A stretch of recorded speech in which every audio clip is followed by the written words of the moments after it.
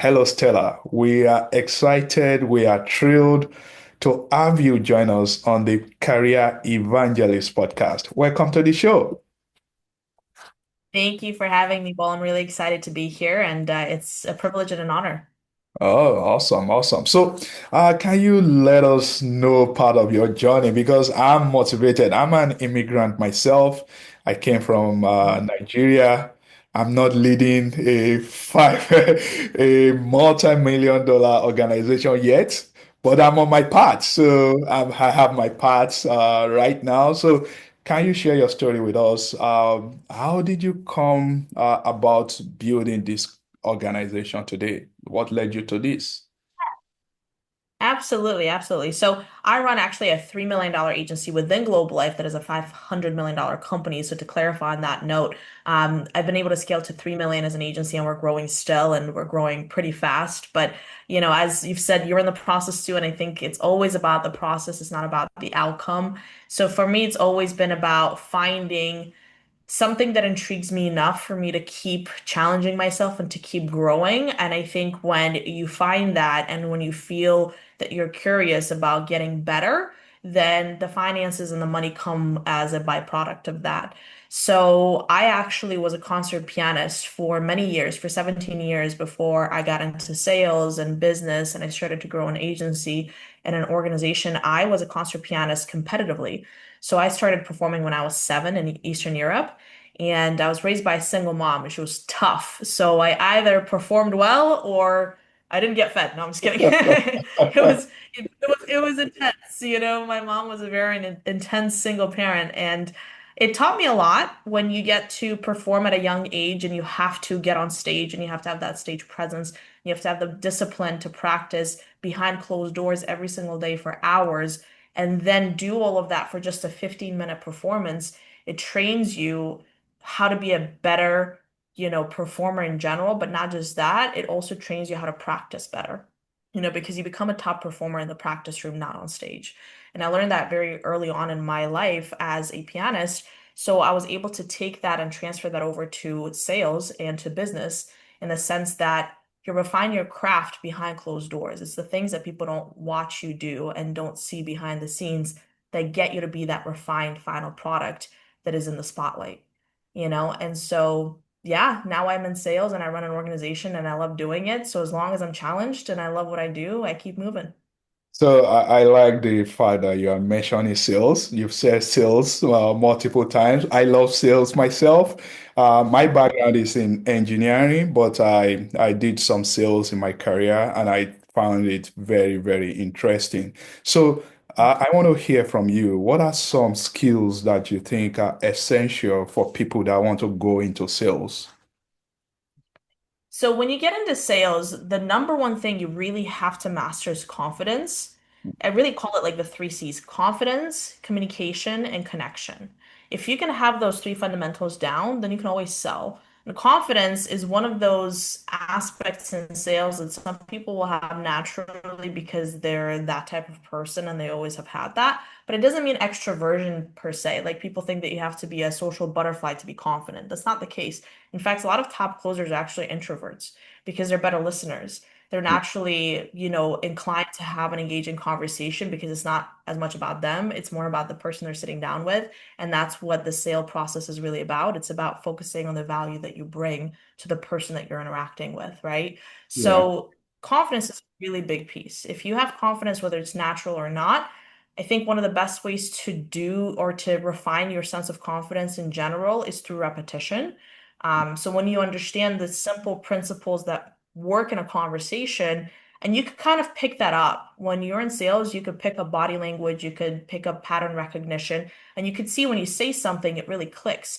That's the phrase, that's really the interaction that's working, right? So you have to repeat that as many times as you can because you know it works. And that's how you build confidence in your sales presentation or conversation that you have, right? The second thing is communication. Being able to communicate with the person versus talk at them is such a big difference. And I teach my rookies this all the time that are new to sales. they tend to think of their interactions with their clients as presentations versus conversations. And that's when you tend to lose the client. You lose the audience when you talk at them. And like imagine any boardroom where you have a slideshow and you're presenting something, whether you're closing a deal or you're just talking to a policyholder or a client of yours one-on-one. The second that you're talking at somebody and you have all these visuals and all these things that you're throwing at them, but you're not engaging with them and you're not talking with them, you lose them. So it's one of the biggest factors in sales too is communication. It's feeling like you're talking with them and you're engaging. Sometimes you have to force that engagement. I've Right. noticed it's the same thing when you're speaking on stage. You have to force engagement from your audience for there to be energy in the room. Otherwise, it's a super stale kind of interaction. And the last thing, let's see, communication, confidence, and connection. That's the last thing, right? The connection with the client or the person you're talking to is going to be one of the most important critical factors in getting a transaction at the end. Because if they don't feel like you have their best interest in mind and they can trust you, then even if they give you the yes because you're confident and you had that conversation with them, if you didn't connect with them, then you may walk out with the yes and they might cancel the policy or the product that they just bought or whatever because they didn't feel that connection with you. So that ability to build trust with the person that you're talking to as well and show them that you have their best interest in mind is a huge factor in sales. So now leading a team of 10 people is no small feat. Now you are leading over 100 remote agents. So how do you do that? Mhm. Lead them, motivate them, coach them as a leader. How do you do that so that they keep going out, selling and generating revenue for your business? How do you do that? I think it's a mix of finding good talent and doing your best to refine, the vision for somebody because at the end of the day, I think great leaders realize and recognize they're humble enough to know that you can't change someone. That's the truth is you can't really change somebody that you get to work with for a few hours a day, Mhm, right? But you mhm, can help them refine and clarify what they want. So, great leaders will say, I'm not a motivator, I'm a clarifier, right? Like I clarify what mhm. it is that you want out of this. And Right. that's my number one job is to clarify your own vision because you're not showing up for me, you're not showing up for the organization, you're not showing up for the business, you're showing up for yourself. So Right. what's the point for you? And so I think that if we can help people clarify what they want, then we Mhm. can move a little bit faster because that's where alignment really happens. So in a remote world, I think that finding people that have a sense of vision and drive naturally is one of the most important and critical factors. And believe me, talent acquisition is one of the hardest things in business. But once you have individuals that are driven, are hungry, have vision, and want to move forward, then you just help them clarify that vision and give them tools to succeed. So when we started, you told me about an opportunity for people, for my listeners that may want to go into sales. Can you explain that process? If they want to join Globe Live, what do they need to have? What's the education qualification? Can you tell me this? Can you walk us through the process?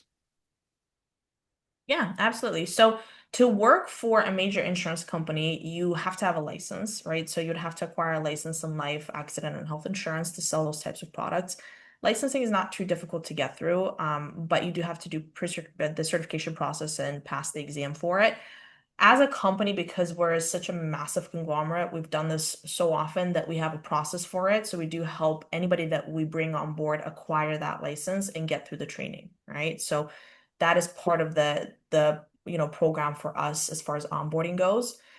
Aside from that, there isn't necessarily a specific background that we look for when we look for an ideal candidate. Like I've had people succeed fresh out of college. I've had people succeed fresh out of high school. I have a 19-year-old right now that's doing 16,000 in sales a week, zero experience in sales before this. And he just got his license. And because he's really coachable and I think he's just a moldable kind of guy, he's only 19, he doesn't overthink and he just sticks to the process and the systems. So that's a big factor is just, having somebody that's coachable and has a certain level of drive is super important and critical. And we figure that out in the interview process. Like when we sit down with folks one-on-one, there's certain questions we ask. There's a vetting process that we go through to make sure that they align with our culture and the type of people that we look for. But again, if you don't have a license in the space, it's okay. We help everybody acquire a license and go through that certification process. If you don't have sales experience, I didn't either. I had a degree in classical piano performance, as a musician for 17 years. So it was a completely new realm for me. And the beauty is you get to learn on the job. So as long as you have that drive and coachability, you can definitely assume the process and the rest comes with the job.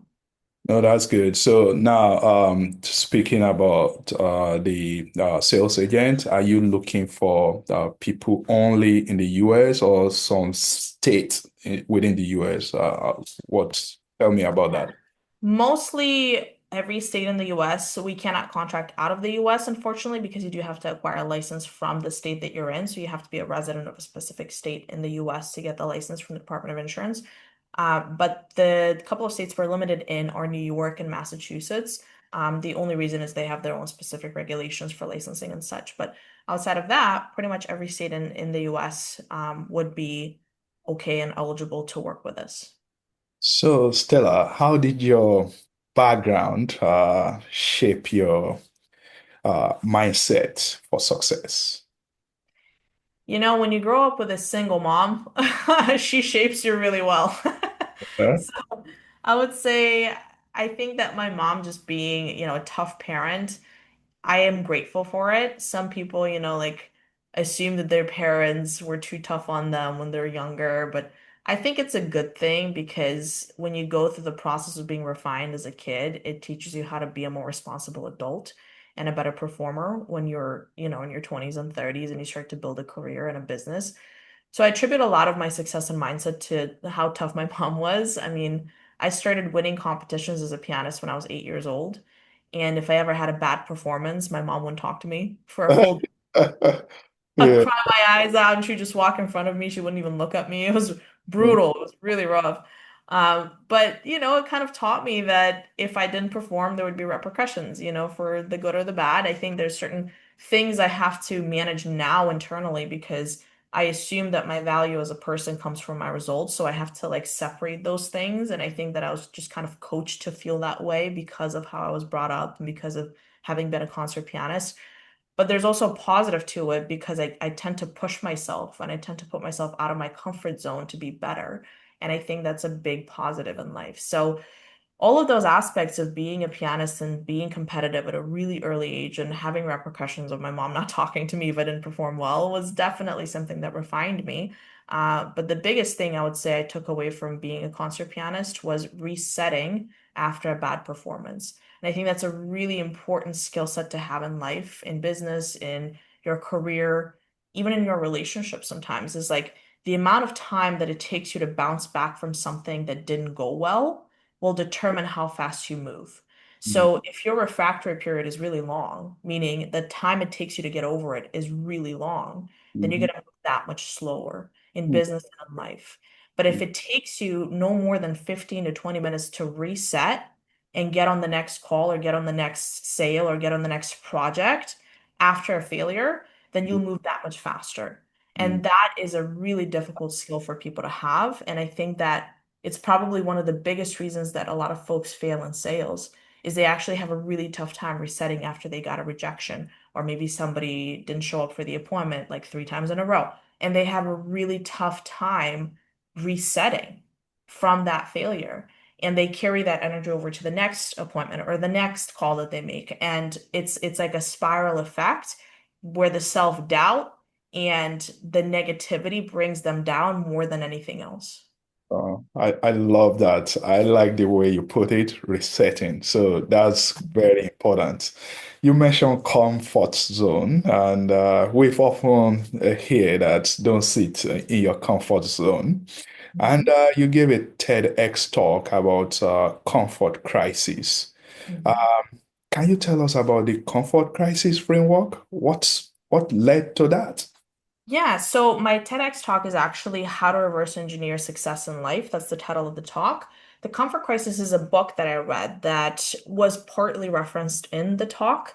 And it really has to do with modern day inability to get out of comfort zones, and I don't want to label it too harshly, but I do think that in today's day and age where everything is accessible to us at our fingertips, like you could get your food delivered in 30 minutes, you could buy strawberries at a grocery store 24/7, 365 days a year. You don't have to wait for the harvest anymore. Like you have everything accessible and available. Your floors can be heated so that your feet are not too cold in the morning. I mean, Right. it's gotten to an age where yeah, when you feel that much comfort in your life and everything is so easily accessible to you at all times, I think that it actually takes away from our humanness and from our ability to feel a sense of challenge and drive and vision in our lives.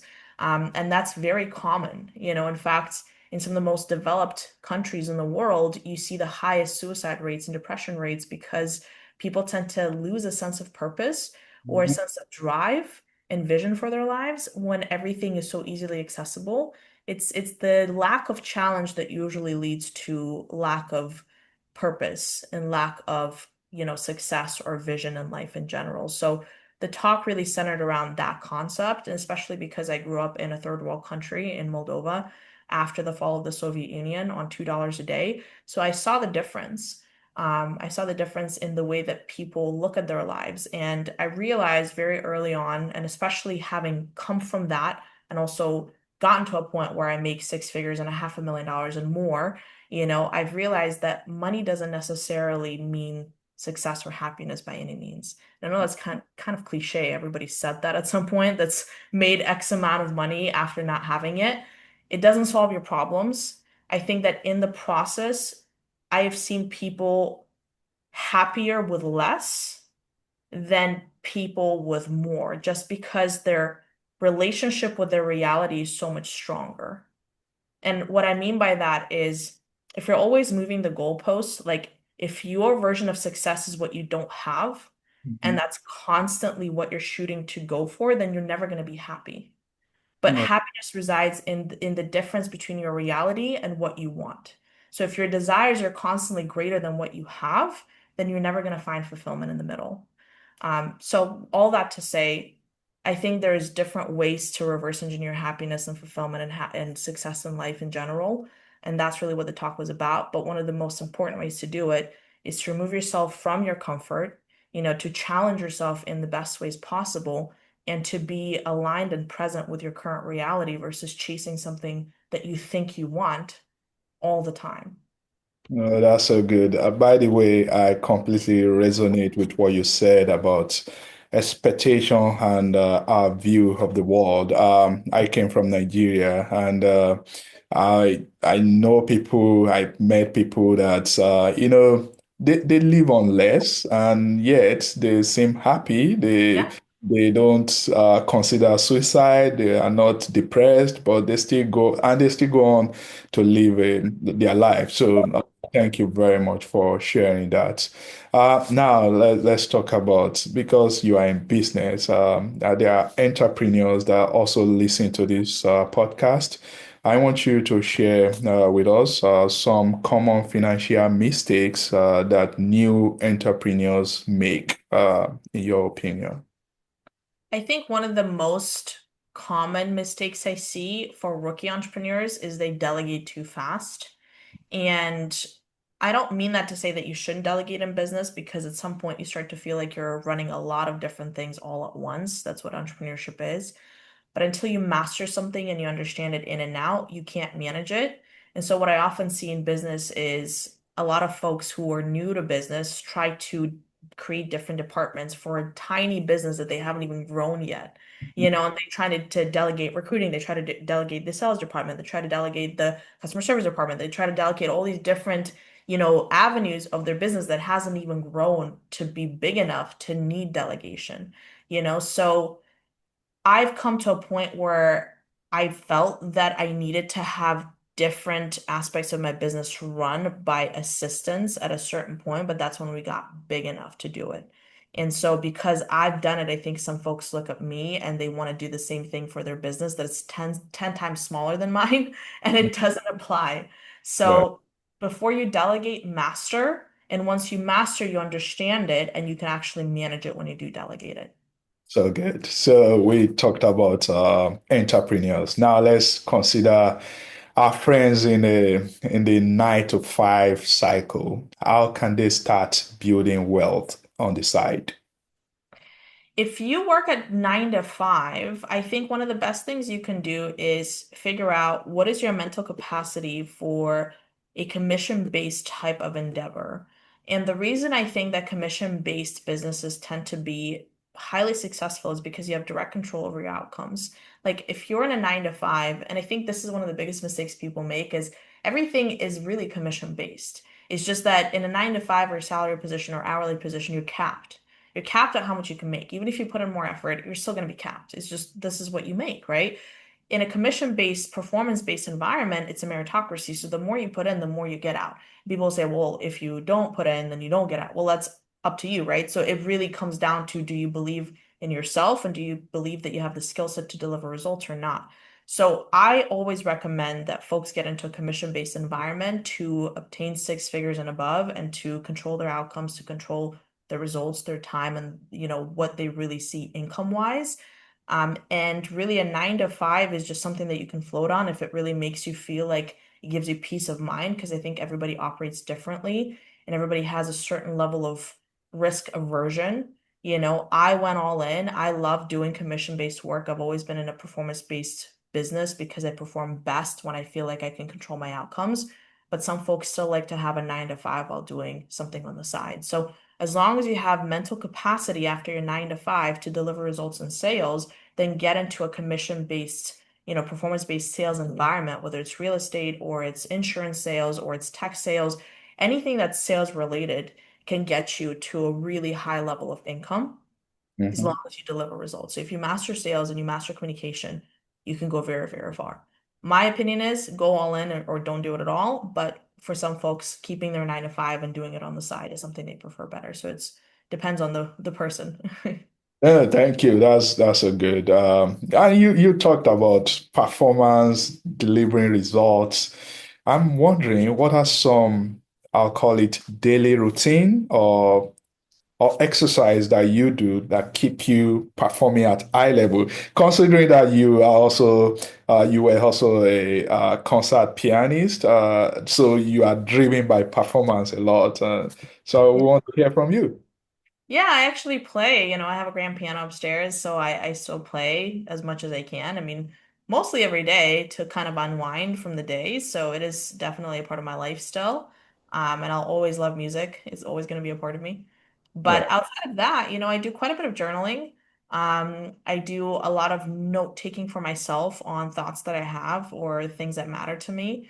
So visualization and journaling are probably the biggest things. And outside of that, I mean, I'm huge into working out and constantly being physically active because I think that if you're not, then it really drains your energy in ways that you can't even imagine. And mentally, you get that fog. Like, that's how I feel if I miss a workout or I'm not physically active every single day because I tend to sit at my computer quite a bit. And I think that's the modern age that we're in. Yeah.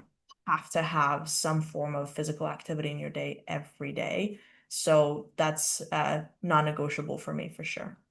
So good. So, what advice will you give someone that feels stuck in their comfort zone? I think that movement creates improvement. I think people sometimes when they feel stuck, they wait for something to happen to them for them to want to move and to want to make a different choice. It's not going to happen. Your improvement's going to come from movement first. So literally, like it is up to you to make the decision to get up, to go take a walk, to, run on a treadmill, to start lifting a little bit here and there. And I mean physical activity. I'm not even talking about mental. Once you start moving your body, like you'll be amazed at how much less stuck you feel because you start to stack up these little wins. And so major outcomes come from tiny little improvements. Those marginal gains of 1% here, 1% there. I took a walk instead of watching TV. I decided to start my day with lifting some light weights instead of just going straight to my coffee or eating breakfast or whatever. It's like those tiny little decisions that you make that create a certain level of momentum and movement in your life that then lead to improvement. So if you feel stuck, it's always a decision that is a tiny choice, but when you stack up those tiny choices and you make a different decision every time you have the thought of, do I want to keep doing the same thing that I've routinely done every single day and it's going to keep me stuck, or do I want to move and make a different choice in this one instance is going to change the trajectory of my life? So good. Movement leads to improvement. I like that. So we are now in the rapid fire question of this podcast. So Stella, it's been fun having you and having this conversation with you. So for you, coffee or tea? Coffee. Coffee. Okay, I like that. One word to describe your leadership style. Motivational. Motivate. Yeah. Okay. Yeah. Um, what city, maybe in the US or outside of the US, would you say is your dream city that you would like to live in maybe for a year? I'm actually moving to Austin in Oh, 2 weeks. So, Austin, yeah. okay, that's not far away from Houston, where I live, so that's Okay. good. Uh-huh. Um, advice you give often, but sometimes you forget to follow. Don't compare yourself to other people. Uh, that's a good. Mhm. Stella, one word or one sentence to describe success. One word or one sentence? One sentence. What's your definition for success? Having enough fulfillment in your current reality while maintaining a sense of vision. Oh, that's so good. Finally, comfort or challenge? Challenge always. Challenge. I like that. So, Stella, thank you very much for joining us today. It's been awesome. My listeners, they would like to know you more. Where can they find you? Instagram, LinkedIn. How can they connect with you? Instagram, I'm very active on Instagram. So you can find me at Stela Roznovan, my first and last name, Stelaroz, one L, that's the key. And I'll pop right up so you can look me up. And for your listeners, I would love to share some insight on sales and how to improve your game as well. I have a six-figure sales vault that's private for my agency only. But because this has been such a great conversation and I want to give back to your audience, I will give you access. So if you guys just DM me on Instagram, DM me Career Evangelist, and I will give you exclusive access to my six-figure sales vault. And you can get some tips from there to improve your game. That's so good. Thank you very much for being generous and so kind to us. I appreciate the time and your kindness, Stella. Thank you. Absolutely. Thank you so much for having me. It's been a pleasure. All right.